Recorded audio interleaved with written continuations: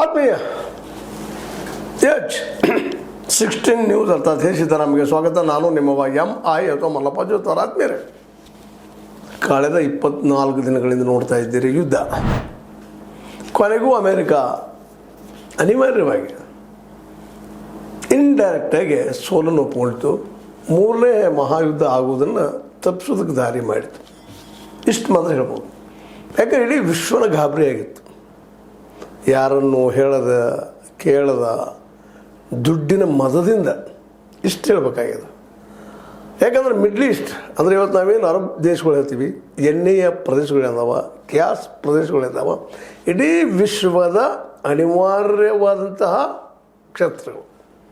ಇವತ್ತು ನಾವೆಲ್ಲರೂ ಎಣ್ಣೆ ಮೇಲೆ, ಗ್ಯಾಸ್ ಮೇಲೆ ಅವಲಂಬಿತರಾಗಿದ್ದೀವಿ. ನಮ್ಮ ಬದುಕ ಅವ್ರ ಜೋಡಿ ಅಡ್ಜಸ್ಟ್ ಆಗ್ಯದ. ನಮಗೆ ಇವತ್ತು ಅದು ಅವಶ್ಯ. ಅದರಲ್ಲೂ ಮಿಡಲ್ ಕ್ಲಾಸ್, ಹೈಯರ್ ಕ್ಲಾಸ್ ಎಲ್ಲರಿಗೂ ನಮಗೆ ಇವತ್ತು ಗ್ಯಾಸ್ ಮತ್ತು ಎಣ್ಣೆ. ಬಡವರಿಗಷ್ಟೇ ಬೇಕಾಗಿಲ್ಲ.